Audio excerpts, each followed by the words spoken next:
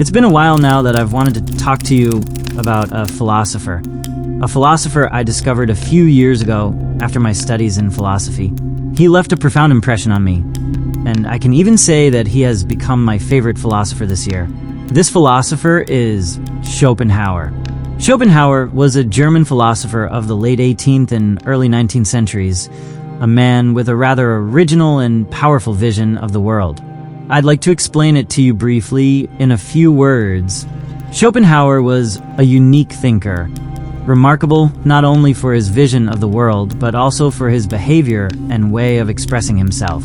For example, he did not hesitate to directly attack, sometimes even insult, those with whom he disagreed.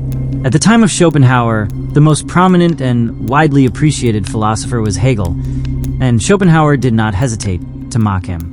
He referred to Hegel as a university philosopher. To Schopenhauer, universities at that time were mere extensions of state ideology. He was entirely against institutions, university education, and official philosophy.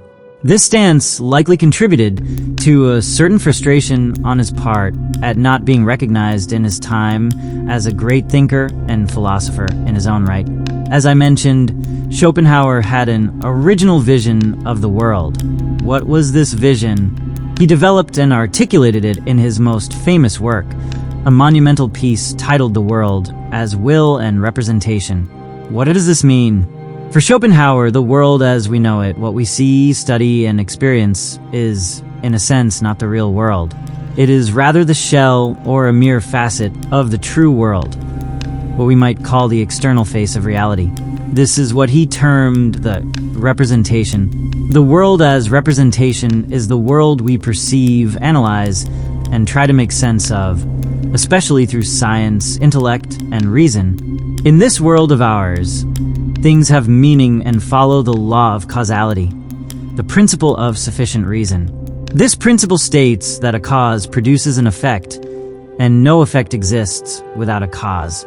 Nothing happens without a reason, and we can explain everything that occurs. This is the scientific vision of the world, often referred to as the materialist view. Schopenhauer, however, completely escapes these categories of materialism or idealism.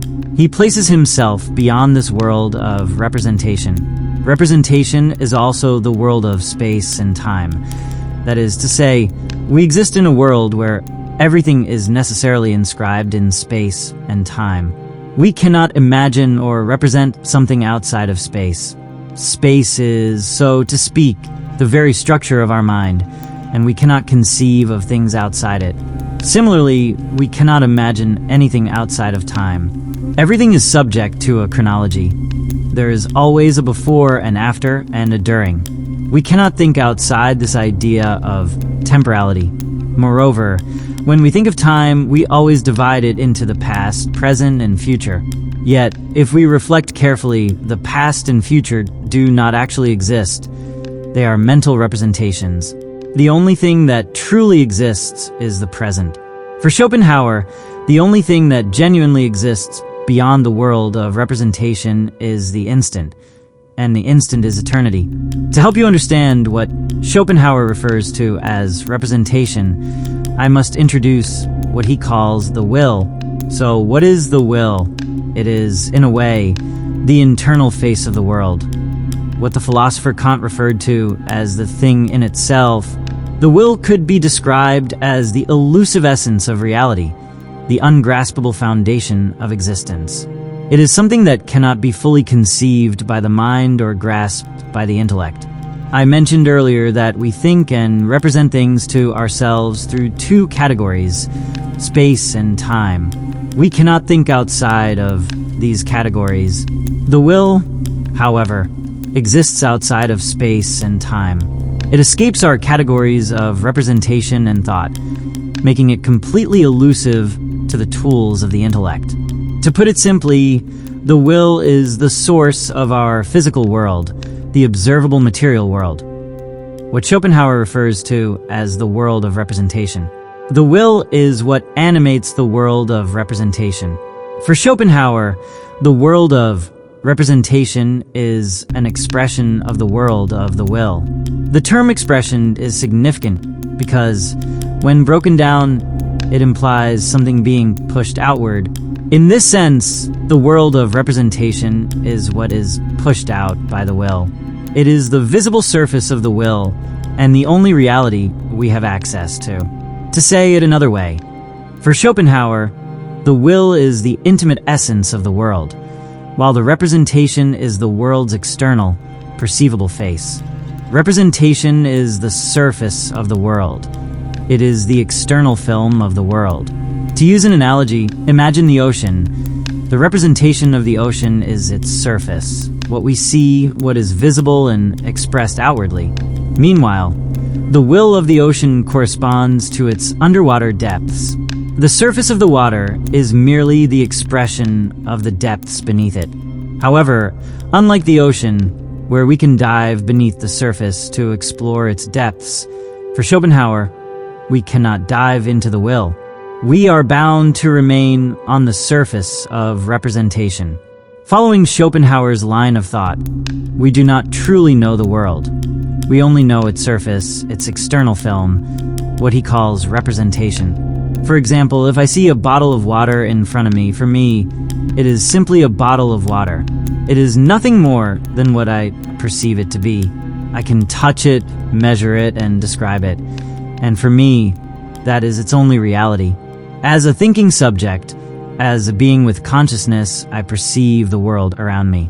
I do not say to myself, this world is merely representation. For me, it is the world, the only world that exists. This is what Schopenhauer highlights. Humans are incapable of moving beyond the world of representation, at least not with the tools of the intellect. When scientists, for example, produce knowledge, they are producing knowledge about reality, about physical, material reality, the world of representation. This knowledge is confined to the surface, and while this surface understanding may suffice for us, allowing us to navigate and make sense of our environment, it does not penetrate deeper. One could argue that it is unnecessary to search for a beyond world, an underworld, or a primordial essence, since the world of representation seems to serve us perfectly well. Yet, for Schopenhauer, the world of representation is also a world of illusions. It deceives us, leading us to believe that we are more than what we truly are. To explain, consider the human being. Humans have intellect, which makes them a superior animal, one capable of forming conceptual images and intellectually representing the world. For Schopenhauer, humans are conceptual animals, creatures with the intellectual awareness of the world of representation in which they live. However, this world is an illusion. No matter how advanced our intellectual capacities, no matter how deeply we understand the how of the world, its functions and mechanisms, as scientists do through the principle of causality, where each cause produces an effect, we remain incapable of understanding the why. We can comprehend the workings of the world, but we cannot grasp its ultimate meaning or purpose. To understand the why of the world in its deepest intimacy, we would need to penetrate the elusive, foundational essence of reality, the will. And this, for Schopenhauer, lies forever beyond our reach. The world of will is inaccessible to us, and everything we say about it ultimately confirms that we cannot truly say anything meaningful about it. Yet, Schopenhauer attempts to approach it indirectly. One of his key ideas is that while we cannot directly access the world of will, we can gain an indirect understanding of it. This is because the world of representation acts as the medium through which the will manifests and reveals itself. The world of representation makes the will somewhat accessible to our consciousness. As human beings, as individual subjects, we are ourselves manifestations of the will. We are products of its creative energy. If humans could fully understand themselves, they might grasp an aspect of the will, at least the way in which the will expresses itself through them. However, our understanding is limited. We know how life works to some extent because we observe and study it within the realm of representation. But we do not know why life exists, And therein lies the central problem of the will. It allows itself to be understood in terms of its functioning, but not in terms of its purpose. For Schopenhauer, the will has no reason for being, just as life itself has no inherent purpose. That is the most we can say about it. The will surrounds us, is within us, predates us, and will outlast us. Yet we cannot comprehend its why. It has no finality or ultimate goal, beyond perpetuating itself through time. The will, however, exists outside of time, as we mentioned earlier, making it timeless.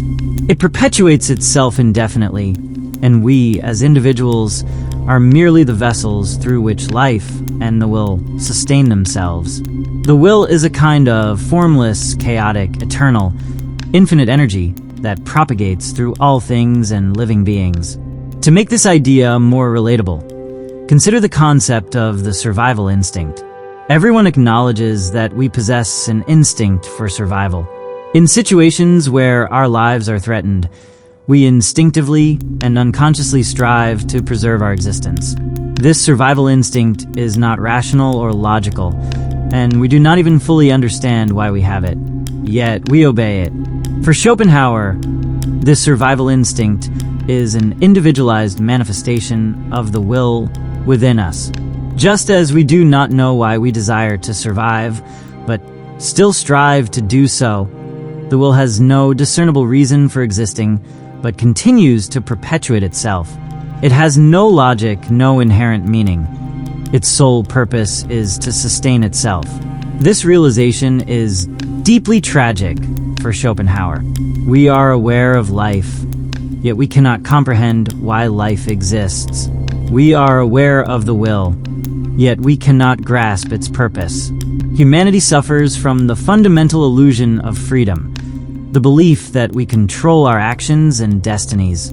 Schopenhauer argues that this belief is false. Human beings are not free. Rather, they are mere localized expressions of the will. We unknowingly work to sustain a life that lacks meaning or purpose. We put forth immense effort to perpetuate existence, even though life, according to Schopenhauer, is predominantly a source of suffering. In Schopenhauer's view, there is far more suffering than happiness in life. Despite this, we persist in striving to continue living, even knowing that life will bring us pain, that its meaning will remain elusive, and that it ultimately escapes our understanding. For those familiar with Schopenhauer's philosophy, this reflection is not just an intellectual exercise. It is an existential confrontation with the nature of life itself. Referencing The Usual Suspects movie, it's about a gang of thugs who find themselves having to account for a killing that takes place on a boat. At one point, the name of the ultimate thug appears. He is called Kaiser Soze. Kaiser Soze is the figure of the unknown villain who inspires terror and dread, a figure we would especially like to meet. What is particularly striking about Kaiser Soze is that he makes people work for him without them knowing it.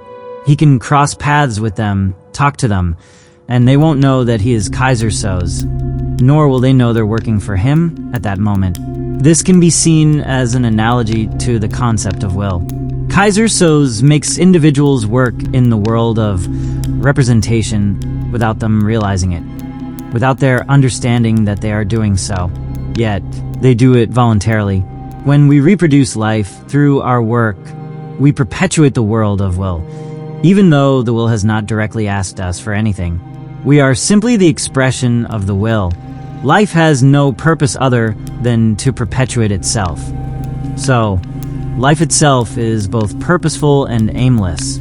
The purpose is simply to perpetuate and continue. Why do we do this? We don't know. It doesn't make sense. Yet we persist. We want to live without knowing why. We have a blind love for existence that pushes us to maintain our lives, without understanding the reason behind it. This leads us to an interesting aspect of Schopenhauer's philosophy, the question of love. What is love? Well, it won't surprise us that for Schopenhauer, love is still an illusion. It is an illusion the will gives to individuals to ensure they consent, to perpetuate the species, to perpetuate the cycle of life indefinitely. When we are in love, we want to unite with the person we love, and from this union, a child is born. In other words, from love, life is born. Love is, therefore, the means or instrument by which the species, and beyond that, the will, ensures that life continues. So, love helps the will perpetuate itself. You might say, but love is not what makes us reproduce. It is sexual desire that drives reproduction. Well, for Schopenhauer, love and sexual desire are the same thing. Love is simply the culturally acceptable form of sexual desire.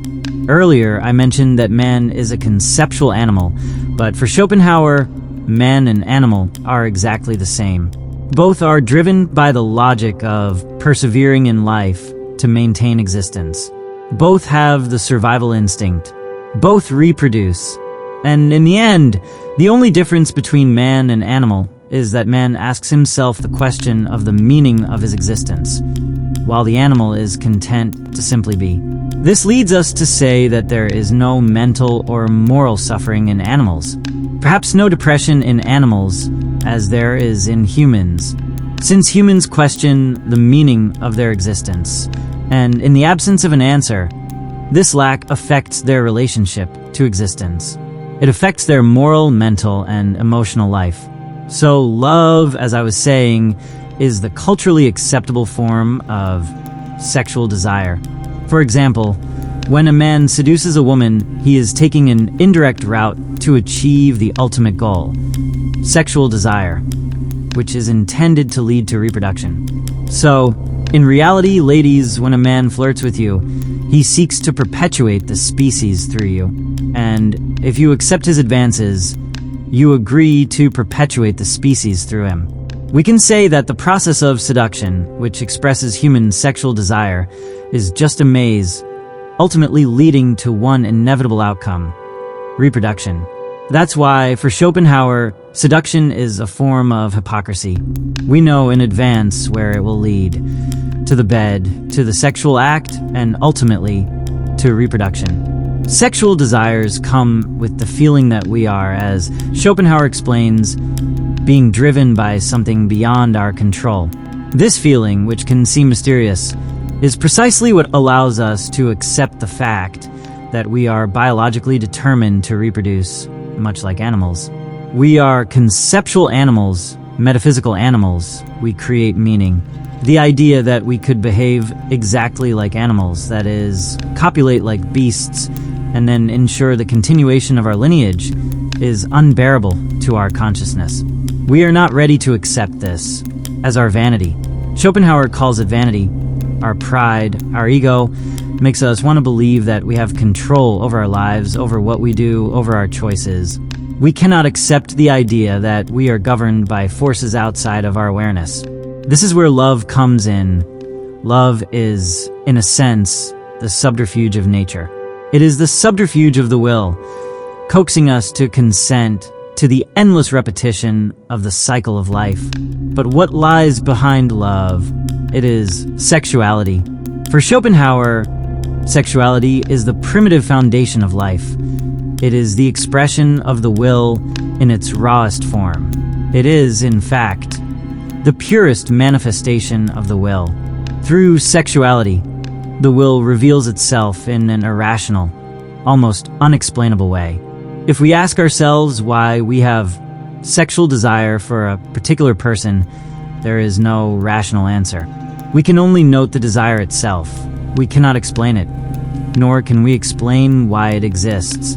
We can only explain how desire works, not why it occurs. This brings us back to the distinction between the why and the how. The why is the will, and it is something we cannot know. That how is representation, and it is the only thing we can understand. We can explain the mechanisms of sexual desire and sexual function, but we can never explain the why of desire. Schopenhauer makes an interesting remark on this. He says that it is only after the sexual act that we become aware of its absurdity. After the act, Schopenhauer says, The feeling of shame that invades us is actually a moment of lucidity, a recognition of the fundamental bestiality that constitutes us. This bestiality is the will itself, this brute force that manifests through us in a totally irrational way. Sexual desire, then, is perhaps the clearest representation of the will in the world of representation. The world of the will is chaotic and shapeless, and it structures the world of representation. It is recognizable but impenetrable. However, we can sometimes glimpse it through certain phenomena, and sexual desire is one of the most direct and accessible expressions of the will in human experience. I will now read a passage from Schopenhauer on the sexual instinct. The sexual instinct and the cause of war and peace.